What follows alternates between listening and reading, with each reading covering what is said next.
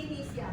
Sebelumnya Ibu mau tanya, kalian di sini ada nggak yang pernah main games? Angkat tangan, siapa yang main games? Oke, good. Kalian tahu nggak siapa yang membuat game itu? Tahu nggak siapa yang pernah main komputer? Menurut kalian, komputer itu ketika kalian memberikan perintah, apa yang akan dia lakukan? Ya, mengeluarkan perintah sesuai dengan instruksi yang kalian berikan.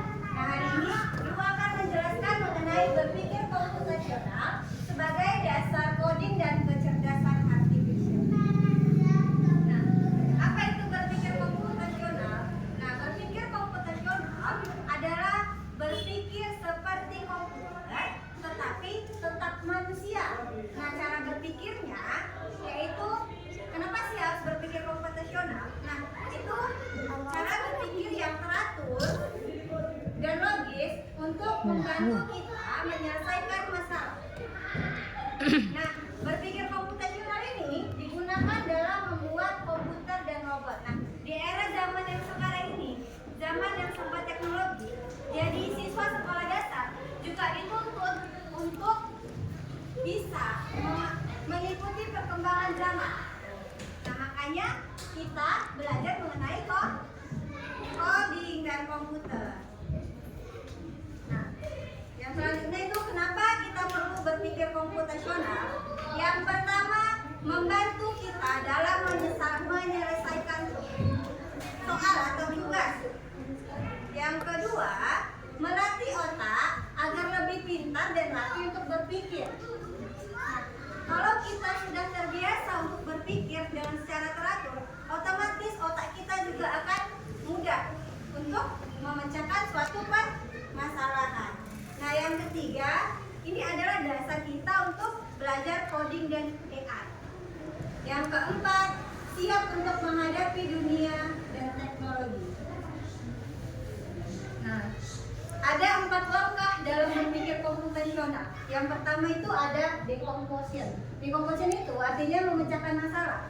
Yang kedua ada pattern recognition, itu mencari pola. Dan yang ketiga ada abstraction, yaitu fokus hal penting. Dan yang keempat ada algoritma, yaitu langkah-langkah solusinya. Nah, kita masuk ke langkah pertama, decomposition.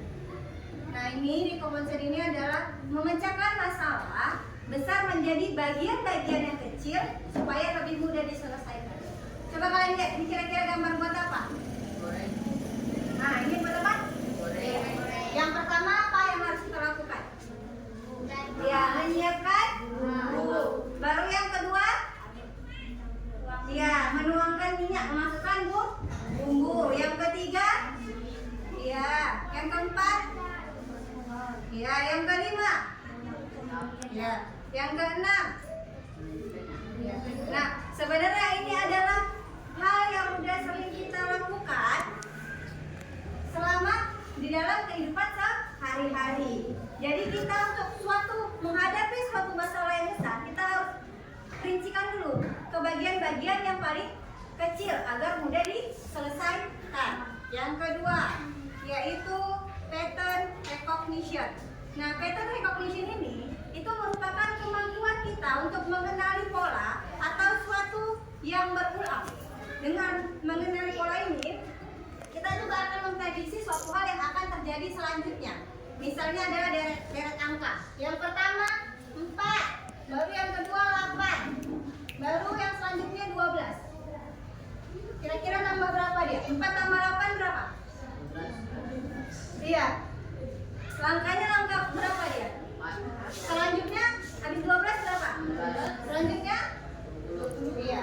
Yang kedua 13, 22, 31. Kira-kira penambahan berapa dia?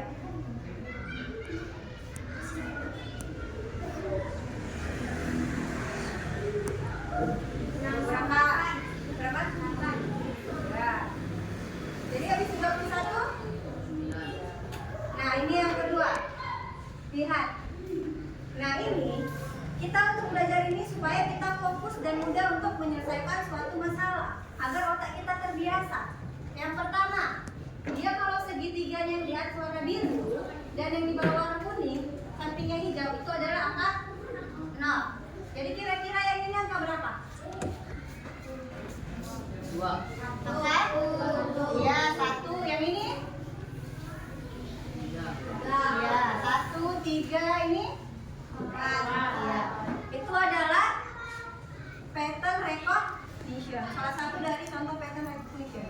Yang selanjutnya ada abstraction. Nah, ini adalah sama seperti yang pertama, ini menyederhanakan masalah dengan fokus hanya pada hal-hal penting dan mengabaikan bagian yang tidak terlalu penting. Misalnya, ibu menyuruh kalian coba nak gambarkan wajah. Apa yang akan kalian gambar? Ya, wajahnya gimana? Yang ada bulat, baru ada matanya. Nah, itu adalah bagian-bagian terpenting wajah. Kalian tidak perlu menggambar pori-pori kulitnya. Nah, itu merupakan contoh dari abstraction. Jadi kita hanya fokus kepada suatu hal yang penting. Misalnya disuruh membuat dana sekolah, kalian hanya gambarkan lokasi mau ke sekolah, atau di sekolah ini kelas-kelasnya, bukan harus ada buku di tengah. Itu kan hal yang nggak penting kan? Nah, itu harus diabaikan. Itu yang disebut dengan abstraction. Yang terakhir ada algoritma. Nah, algoritma ini adalah langkah-langkah teratur untuk menyelesaikan sebuah masalah atau tugas. Misalnya ini langkah-langkah mencuci tangan. Pertama, taruh sabunnya, air, dan seterusnya. Nah, lanjut ke coding. Nah, coding ini merupakan proses kita untuk mengkonversikan keinginan manusia menjadi format yang dapat dipahami oleh komputer menggunakan bahasa pemrograman. Itu kalau untuk yang tingginya. Contohnya seperti ini. Itu ada warna-warna kan? Nah, yang pink warnanya huruf apa? B. Yang kuning? C. A. Yang orange? Yang orange C, yang kuning? A. Jadi bacaannya? Yang kedua, kira-kira bacaannya apa?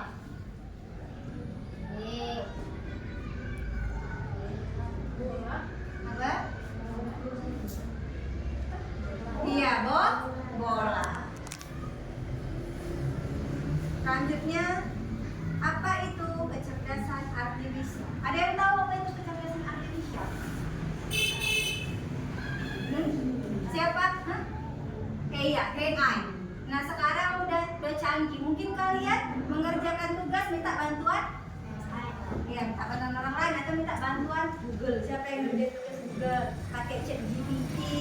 Nah, itu salah satu dari bentuk kecerdasan artifisial. Jadi, kecerdasan artifisial ini sebagai kemampuan sistem untuk secara akurat menginterpretasikan data eksternal, belajar dari data tersebut, dan menerapkannya pembelajaran tersebut untuk mencapai tujuan dan menyelesaikan tugas tertentu. Nah, salah satu ada beberapa contoh dari kecerdasan artifisial. Yang pertama adalah Google Assistant.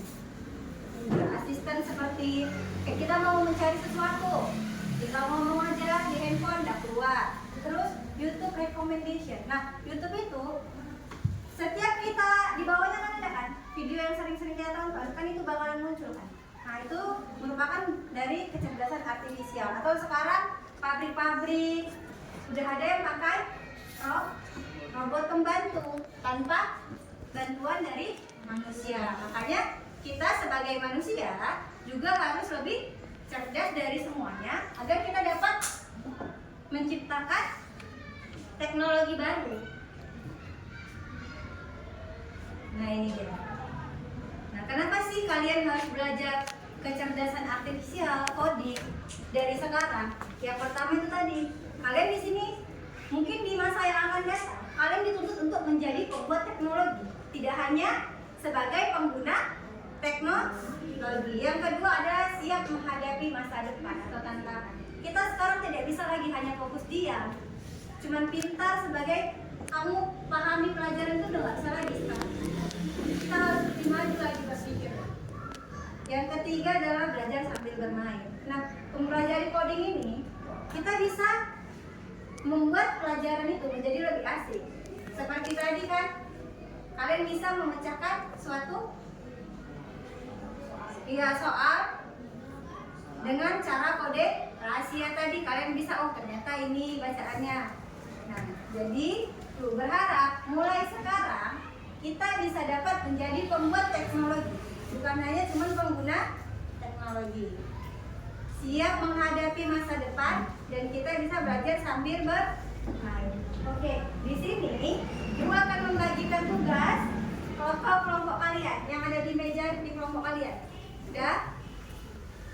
Coba yang pertama, tugasnya ini. Memecahkan kode pesan rahasia. Oke. Coba jawab. Hah? Langsung terus disuruhnya. Siap langsung pukul. Oke, langsung pukul ya.